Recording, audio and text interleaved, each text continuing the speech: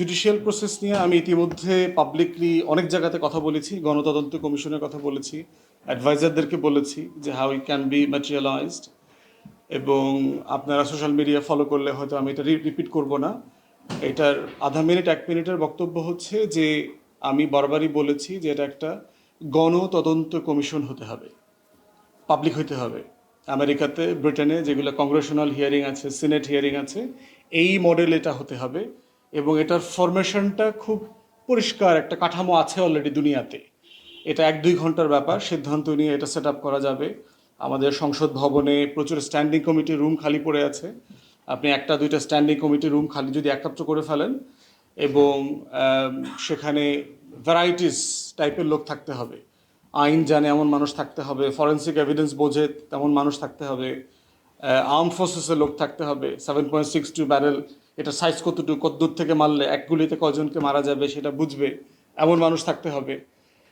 Victim family নিয়ে যারা campaign করছে, আমার ছোটো বোনের মতো, তুলির মতো, এরকম মানুষ থাকতে হবে, তাদের দুঃখ কষ্টগুলো শোনার বোঝার মতো জায়গা যাদের আছে। সাইকিয়াট্রিস্ট থাকতে হবে, ট্রমার মধ্য দিয়ে যারা গত 15-16 বছর গেছেন।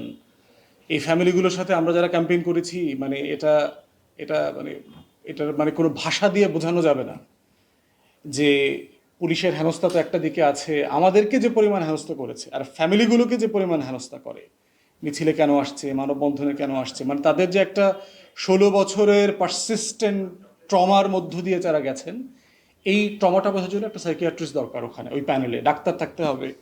মর্গে লাশ কীভাবে বিকৃত করা হয়েছে, কিভাবে মেডিকেল থেকে, অধিদপ্তর থেকে বলে দেওয়া হয়েছে যারা জুলাই আগস্টে শহীদ হয়েছেন তাদের ওই রিপোর্টে লিখে দিতে হবে যে সর্দি, কাশি, মোটরসাইকেল অ্যাক্সিডেন্ট, এইটা সেটা লিখে দিতে হবে। এই ফোন কলগুলো বলে দেওয়া হয়েছে সকল রেকর্ড ধ্বংস করে ফেলতে।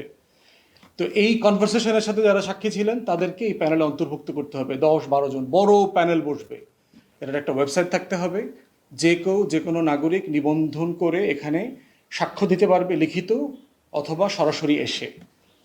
তো এই প্রসেসটা ফলো করলে অনেকগুলো কাজ একসাথে সহজ হয়ে যাবে, এবং এটা লাইভ সম্প্রচার হতে হবে বিটিভি সংসদ থেকে। সারা দেশের মানুষ জানতে হবে যে এখানে কিছু একটা হচ্ছে। যেমন ধরেন 2টা কমিশনের উদাহরণ দেই। আইসিটিতে চিফ প্রসিকিউটর আছে, আপনারা জানেন যে উনি কি করছেন। আবার গুম কমিশন একটা করে দিয়েছে, গুম খুনের এই বিচার আচার দেখাশোনা করা। এখানে প্রায় 700 না 400 রিপোর্ট এখানে অলরেডি পড়েছে, বাট নোবডি নোজ। তো প্রশ্ন হচ্ছে যে আপনি যে কাজ করছেন, এইটা যাদের জন্য করছেন তাদেরকে জানতে হবে। এটা একটা পাবলিক কমিশন, এই জন্য আমি বলছি যে everything has to be transparent. আগামীকালকে জিয়াউল হাসানকে এখানে নিয়ে আসা হবে, এটা 24 ঘন্টা আগে, 48 ঘন্টা আগে মানুষকে জানতে হবে, স্কেডিউল দিয়ে দিতে হবে। এটা কংগ্রেসে আছে, এটা সিনেটে আছে, এটা ব্রিটিশ পার্লামেন্টে আছে, যে আগামীকালকে পরশু দিনের স্কেজুয়াল কি, কাকে কোন সময় গ্রিল করা হবে। জেল থেকে নিয়ে আসতে হবে, এখানে এনে গ্রিল করতে হবে, পাবলিককে গ্রিল করতে হবে, এবং মানুষকে জানতে হবে, এবং ওইখানে কোশ্চেন পোজ করতে হবে অ্যাজ এ নাগরিক। আমি চাই জিয়াউল হাসানকে আপনি এই প্রশ্নটা করেন, প্রশ্ন সাবমিট করার স্পেস থাকতে হবে।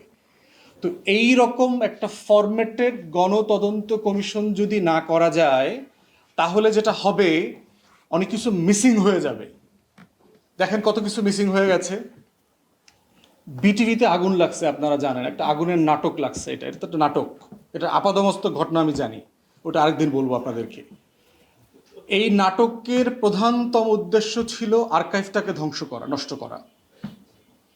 আপনি দেখবেন যে বিল্ডিংয়ের বিভিন্ন ফ্লোরের বিভিন্ন রুম ইনট্যাক্ট, পরের রুমটা ভেঙে ফেলছে। এখন আমরা তো ছাত্র রাজনীতি করছি না, আমরা তো মারামারি করছি।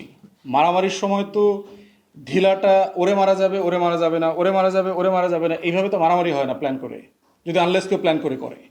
এটা করতে পারে যদি মতো শুধু আপনি প্ল্যান্ড অ্যাসাসিনেশন করেন, যে আপনি পুরো ক্রাউড থেকে একজনকে শ্যুট করতেছেন। তো পুরো বিটিভির আর্কাইভটা ধ্বংস করে দিয়েছে।